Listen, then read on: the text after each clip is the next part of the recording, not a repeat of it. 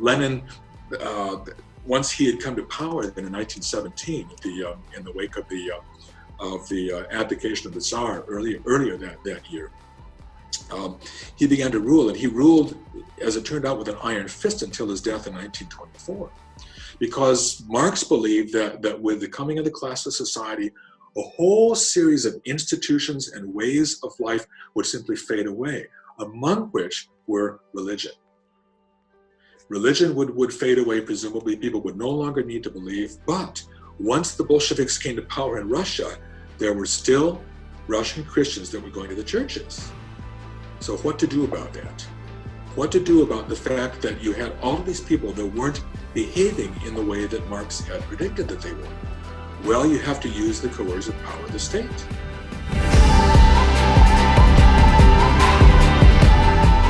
Good day, folks, and thank you for joining us on The Public Square and Everything in It. I like to think of this video cast as the thinking person's alternative to macrame and decoupage. So today it's our pleasure to welcome political scientist David Koyzis to the show.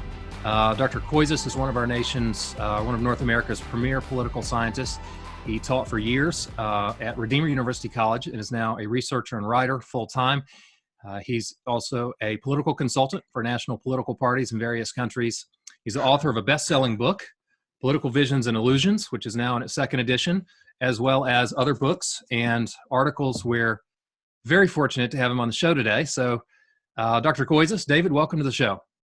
Thank you very much. I appreciate being here. So one of the things we do on this show is when we have a Christian guest on air, I like to ask them kind of a more personal question. You know, I've known you for a while now. I happen to know that you're a committed Christian. I happen to know that your Christian commitments do inform your political views. So I want to ask you, given that you're a very well-educated guy, master's and PhD in political scientist, why do you conform your life and thoughts to the directives of an ancient Jewish carpenter? Well, that's a good question, and I think I can answer that for you. Perhaps not to everybody's satisfaction, but it certainly reflects my own life experience. I was raised by Christian parents, and I've always had a very strong sense, ever since I was a small child, of God's presence in my life and in the world around me. And for me, I look at the world, I see the order that we have around us. I see buildings, I see trees, I see forests, I see oceans, and I see God. I see God's hand in all of it. And for me, I know there are people who are atheists. My grandfather was an agnostic, but for me, I look at reality, I look at the world around me, and I cannot help but see God. Yeah. Well, I agree with you. I mean, all the things that we see in this world, and I think most of the things that we want in this world, meaning in life, purpose, those are things that we can't secure without God. And Yes. So let's jump in to our topic for the day. We're going to talk about socialism in general and Marxism in particular. And I think there's a lot of confusion about the word socialism. I mean, Bernie Sanders calls himself a socialist, but he's quite different from Karl Marx, who is the most famous socialist. And so help us first, if you can, to get our hands around the concept of socialism, and then maybe talk about how Marxism fits in relation to that. Right. Well, socialism is it's a multi-form phenomenon. You know, there are many varieties of socialism, and everybody seems to have different ways of defining it. I think I think we can say that all of them, whether we're talking about the democratic socialism, social democracy of the German Social Democrats, or Canada's New Democratic Party, which is an historically socialist party. It's governed a number of the provinces, but not on a federal level. I think we can say that there's a quest for equality, and that equality is economic equality.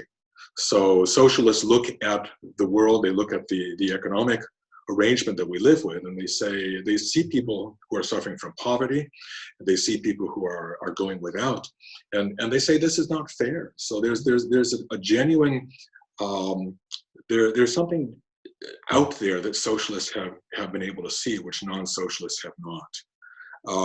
From socialism, I think there's a the way that I would define it, I think, is the way that it works itself out is that there's an attraction to common ownership. And common ownership is a very good thing. There are lots of things that we own in common. Our house is a family house. It's owned by our entire family. There are all sorts of corporate owners of various enterprises. In Canada, we have crown corporations that are owned lock, stock, and barrel by the crown. In the United States, there might be something like the Corporation for Public Broadcasting, which is something quite similar, or the United States Postal Service. There are all sorts of things that corporate entities, communities, can be said to own. Now, what socialists generally want to do is to try to take all of those varieties of common ownership and to boil them down to a single form of communal ownership. And they differ as to what that would look like, but oftentimes, usually, that adds up to state ownership. Yeah, I tell my students sometimes that socialists are so afraid of and so angry at big corporations that they want to take everything in society and culture and give it to one giant corporation, which is the government. So that's one way to see it. Yes. Yes. So a question that I often get in response, I've got people from all over the spectrum that access my author page and the articles and so forth that I write, is I'll point to Acts chapter 2. And for those of you out there listening today, Acts chapter 2, verses 40 through 47 is a great picture of the inner life of the early church. And it includes a statement in there about people in the early church having everything in common, about them selling possessions that they have so that they have enough capital, enough wealth to help out people who have less. And the question, or sometimes the assertion, is, hey, we should take what the local church does and force it on all of society through the government, that the local church is the pattern for a national economic model and political model. So what are your thoughts on that? Is that a healthy jump or an unhealthy jump? No, you can't really make that jump because we're talking about two quite different contexts. The early church, you might call it a kind of undifferentiated community, as it were. The people are part of this church. They live in a particular locale. You don't have Jerusalem and Antioch somehow pooling their resources, because that's simply not possible. Throughout history, you have had various communities, monastic communities, for example, that are based on a high level of common ownership within that particular community. But the feature of those is that the people who are members of that community know each other. They know each other very well. They know each other intimately. They eat at the same table. They work in the same fields. They pray several times a day in the liturgy hours, and they share their resources. In the same way with families, you put food on the table, and you have to tell maybe your teenage son, don't eat too much because leave some for your sisters and your brother. In a community like that, yes, and people they know each other, they love each other.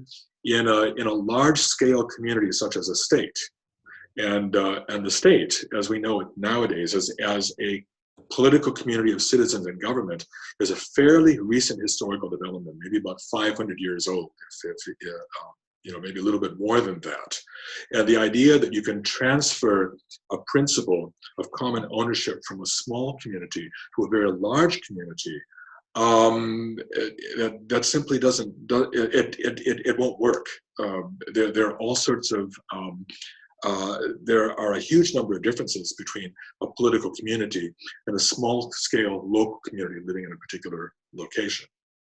Yeah, so I think it's very helpful, and we're coming up on a break right now. For those of you who are watching, I want to let you know, stay tuned. When we come back, we're going to evaluate Marxism. We've been describing it. We've described socialism, then Marxism as a form of socialism, and when we get back, we're going to be asking whether or not Marxism, in a way, passes its own benchmark. Does it create material wealth for all people? Does it liberate society? We're going to ask that question. So stay tuned, and we'll be right back. Hi there, friends. Thank you for joining me on the Public Square and everything in it. Now, in case you're a person interested in further studies, I want to take a moment to talk with you about our college degrees. If you enter the Bachelor of Arts, a BA, or the Bachelor of Science, BS, programs at the college at Southeastern, your studies will be facilitated by a world-class faculty. And you will find yourself connected to a community of very sharp college students who are studying to serve in a wide variety of vocations, but with a single commitment to honor the Lord Christ in their chosen vocation. We combine a strong biblical theological education with a very serious classical education in the great books and a very serious commitment to practical ministry.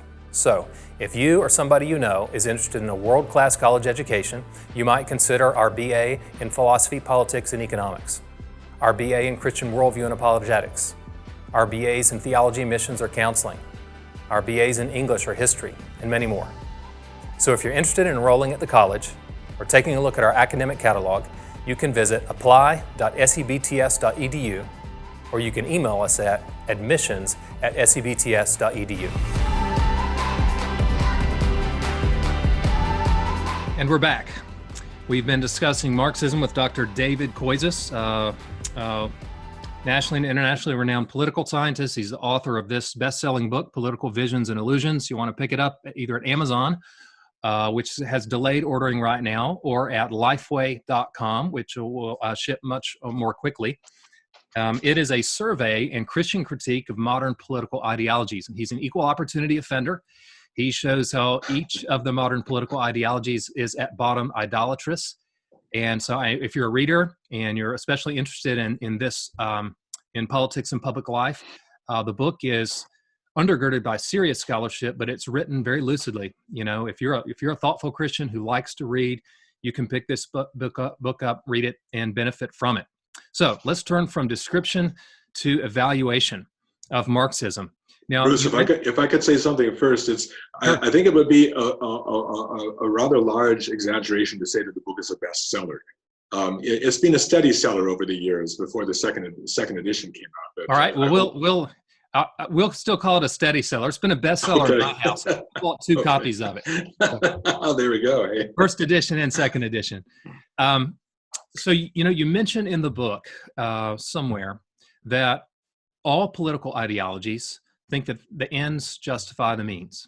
In other words, Yes. all political ideologies can justify and do justify doing some pretty bad stuff in order to further their agenda, precisely because they believe their agenda is what's best for humanity. So how is this true for Marxism? How do the ends justify the means? Well, Marx, you have to distinguish between Karl Marx himself, 1818 to 1883, and his followers, because they've taken his ideas in quite different directions. Most notably, of course, in the Soviet Union and the People's Republic of China, in the various client states. But I would say that Marx's ideas are based on a kind of faux redemptive narrative. It's a kind of aping of the biblical redemptive narrative, which begins with creation, recounted in Genesis 1 and 2, the fall into sin recounted in Genesis 3, and then the whole redemptive process that takes up the rest of the Bible, all the way from Genesis 4 up until the last chapter of the Revelation at the end of the New Testament. And so in Marx, you can see something of that played out. So in Marx, you have the notion that history is moved by material forces. So for Marx, if there's a kind of idolatry, it's an idolatry of history. History is now the motivating force, and it's a history not of ideas, because ideas don't actually make any difference according to Marx, but it's material forces, the means of production. Human beings are continually trying to work to feed themselves and to build their shelters and to build artifacts that are going to outlast them. And that's the defining feature of a human being. So as we move through the historical process, Marx believes that eventually this will come to an end.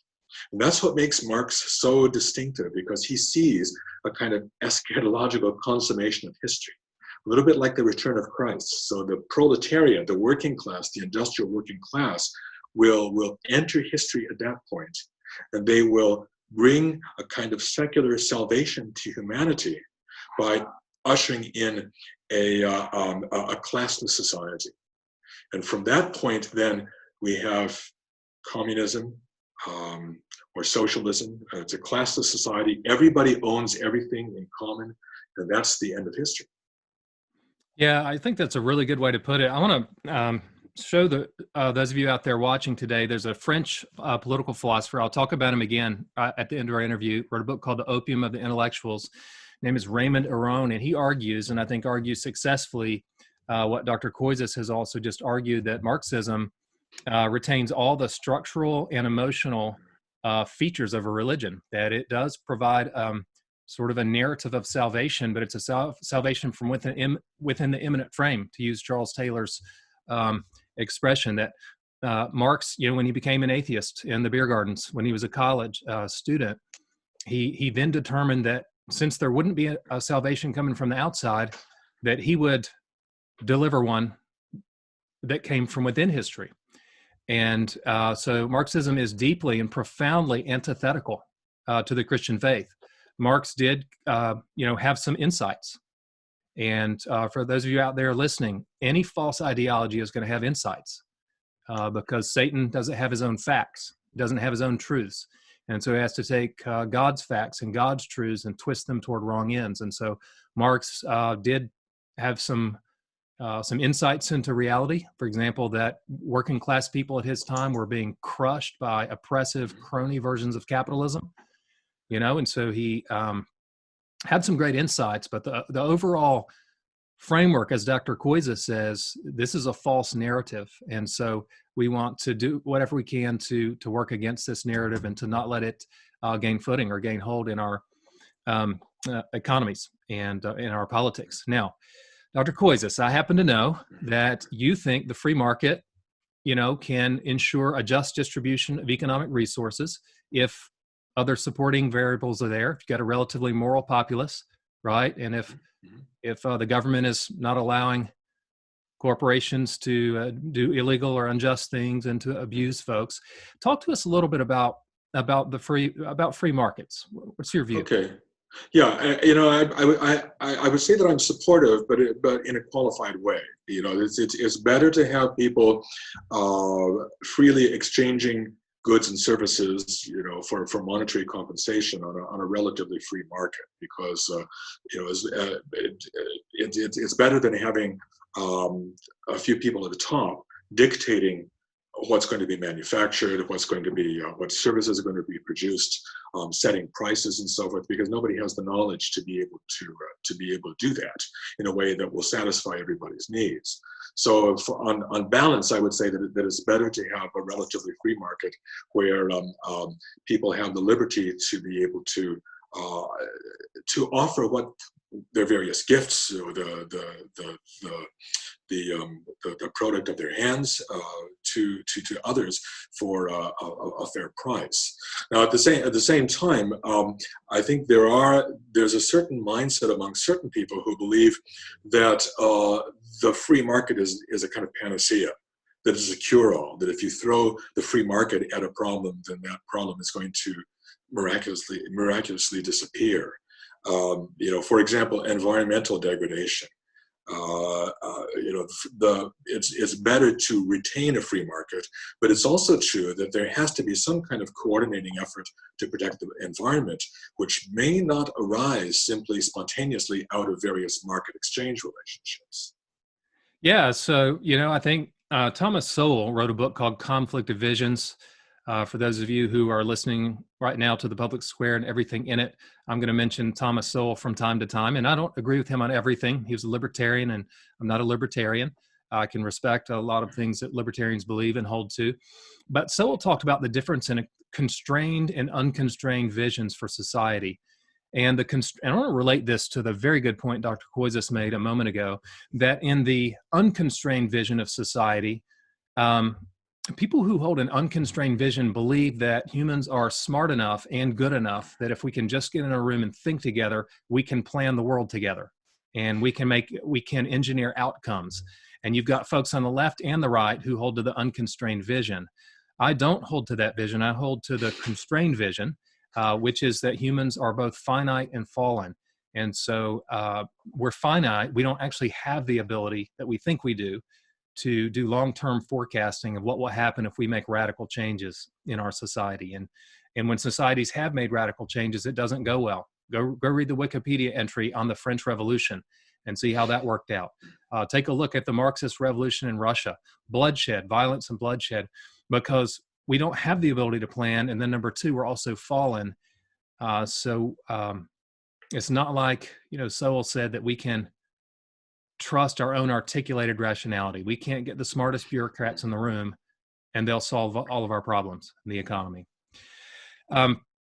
So the last thing that I want to do, Dr. Koyzis, is to ask you a little bit about Marxism track record historically. How, Marxism's benchmark is history, right? I mean, history is driving inexorably in the direction that Marx describes, overturning capitalism, leading to a socialist state in which eventually the state would wither away and there would be a utopia with equally wealthy people who are flourishing and free.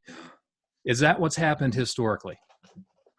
No, it is not. And even within Marx's lifetime, things did not develop in the way that he thought it would. In the middle of the 19th century, 1847, 1848, around the time of the second great wave of European revolutions that swept the continent, he and his co-author Friedrich Engels wrote a book that's probably assigned to undergraduates virtually everywhere, the Manifesto of the Communist Party. And Marx and Engels at that time thought that capitalism had become ripe for its own destruction, that the forces would arise outside of or within capitalism itself, within the factory system, and would lead to its quick overthrow and replacement with socialism. They saw that happening fairly soon. Of course, Marx held on for a few more decades, dying in 1883. Engels himself held on until 1895, and he himself went into something of a more evolutionary direction rather than the revolutionary direction that Marx had gone in. But by the time that Marx was out of the way, and by the time the 20th century dawned, it became obvious that things were not going to happen as he thought they would. For example, in England, in Great Britain, just before the turn of the 20th century, you had the Labour Party, the British Labour Party, which was a socialist party, in favor of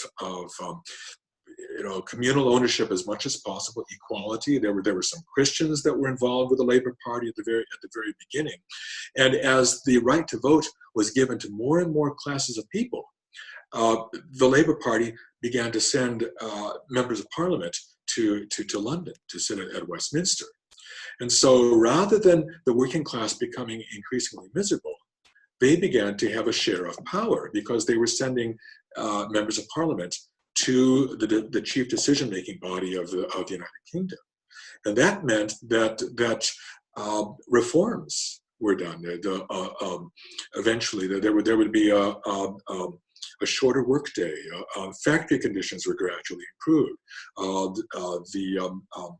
The progressive income tax was established, and all of these things that socialists had argued for in the late 19th century actually came to pass in the early 20th century by incremental reforms. So at that point, it seemed as though revolution wasn't really necessary.